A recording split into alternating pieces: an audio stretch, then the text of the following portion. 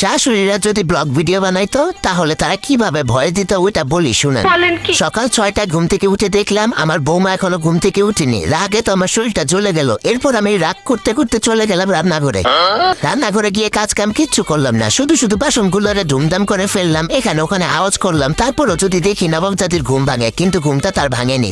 এরপর হাতার নাম করে একটু বাইরে গেলাম। বাইরে গিয়ে যার যার সাথে আমার দেখা হলো সবাইকে বলে আসলাম যে আমার বৌমা এত বেলা হয়ে গেছে এখনো ঘুম থেকে উঠে নাই।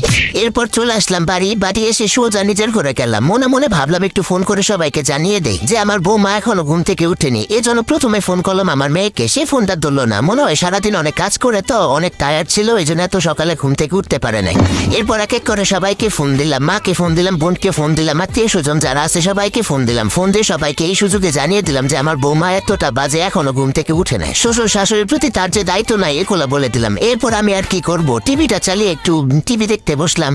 এরপর দেখলাম নবাবের বেটি ঘুম থেকে উঠলো। ঘুম থেকে উঠে আমাকে এক কাপ চা এনে দিল। চাটা খেলাম, চাটা অবশ্য ভালোই হয়েছিল, কিন্তু ভালো তো বলা যাবে না, তাহলে তো নবাবের বেটির আবার তেল বেড়ে যাবে। তারপর তাকে বললাম কি ব্যাপার, বাপের বাড়ি কোনোদিন চা বানায় খাওয়া নয়, মনে হয় পানিটা তো ঠিক মতো ফোটাওই না। এরপর একে একে সে সংসারে সব কাজ শেষ করলো, আমি কোনো কাজই করলাম না। আমি শুধু তার পেছন পেছন ঘুরলাম আর তার কাজের যত খুঁত আছে এগুলো ধরলাম।